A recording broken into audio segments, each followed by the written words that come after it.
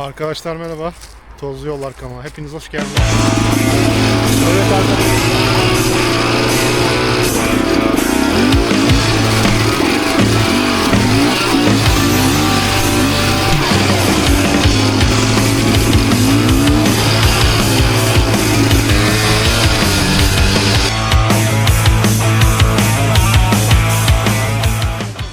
Arkadaşlar merhaba.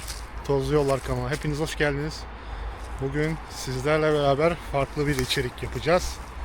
Bugün yanımızda CRF'miz yok. Bugün yanımızda işte bu arkadaşımız var. 2 zamanlı. Bugün cross yapacağız. Sizlerle beraber Belgrad ormanlarında bir tura çıktım. Kısa bir tur olacak ama mümkün olduğunca size güzel içerikler göstermeye çalışacağım. Güzel dakikalar yaşatmaya çalışacağım. Bugün bu arkadaşla çıktık. CRF evde yatıyor. Bu yine gruptan İbrahim kardeşimizin bir makinesi. Yani motoru. Yukı marka bir motor. 2 zamanlı. 250 cc'lik bir motor. Yani parasına göre gayet yeterli bir motor. Birkaç ayarı vardı. Birkaç eksiği vardı. Onları yaptırdık. Şimdi bugün de test zamanı. Kendisi de hafta sonu inşallah kullanacak bu motoru. Bugün de böyle farklı bir şey olsun istedim. Yani CRF'den farklı bir şey olsun istedim. O yüzden bir araziye çıktık. İnşallah keyifli izlersiniz.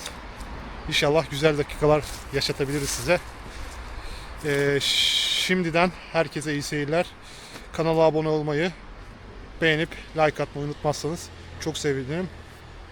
İyi seyirler. Evet arkadaşlar. Tekrardan merhaba. Bu sürüşü arkadaşım. Sesinden belki sesim duyuluyor olabilir ama mümkün olduğunca size videoyu izletmeye çalışacağım yani. Çok fazla konuşmamaya dikkat edeceğim. Umarım ki yardımcı olsun. Tekrar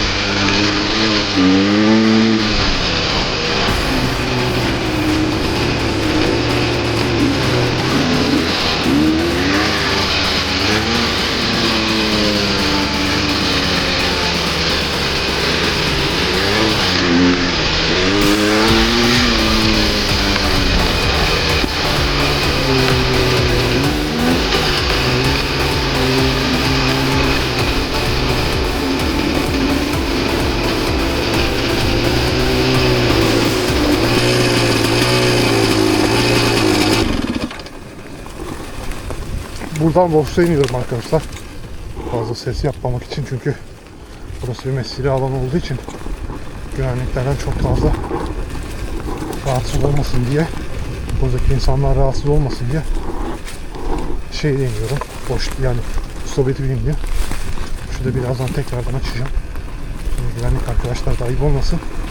O yüzden şöyle şurada şimdi açacağım tekrar.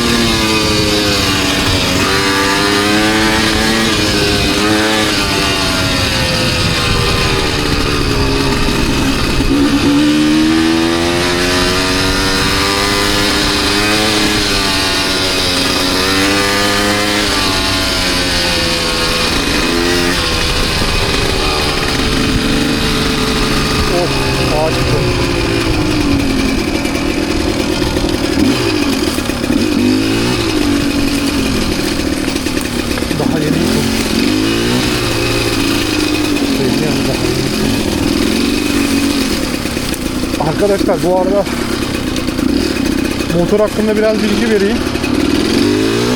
250 cc 2 zamanlı bir motor. Yani Yuki'nin motoru bu.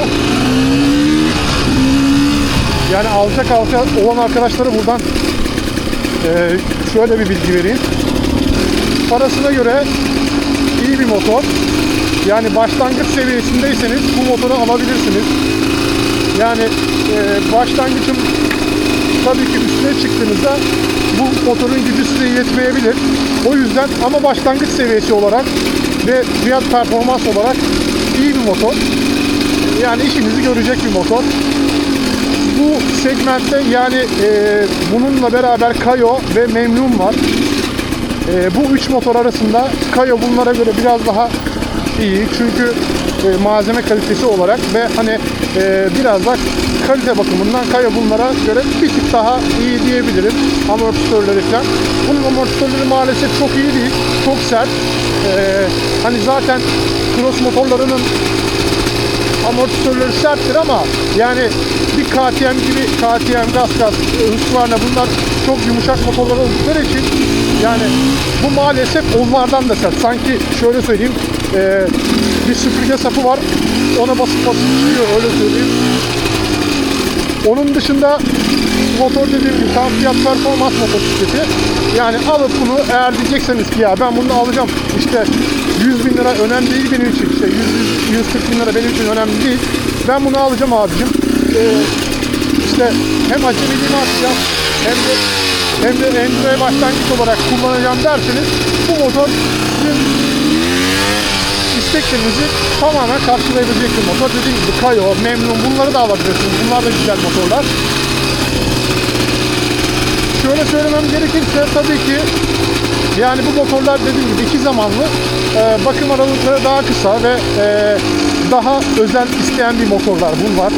İşte benzinle yağ karıştırıyorsunuz bilmem işte ben mesela hem uzun ömürlü olsun hem daha böyle kaliteli yağ olsun diye içerisinde ben 3 binmede bir bu motorun yağını değiştiriyordum.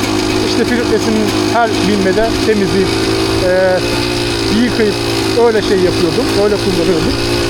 Onunla beraber burada da ağaç çıkılmış. Hoppa!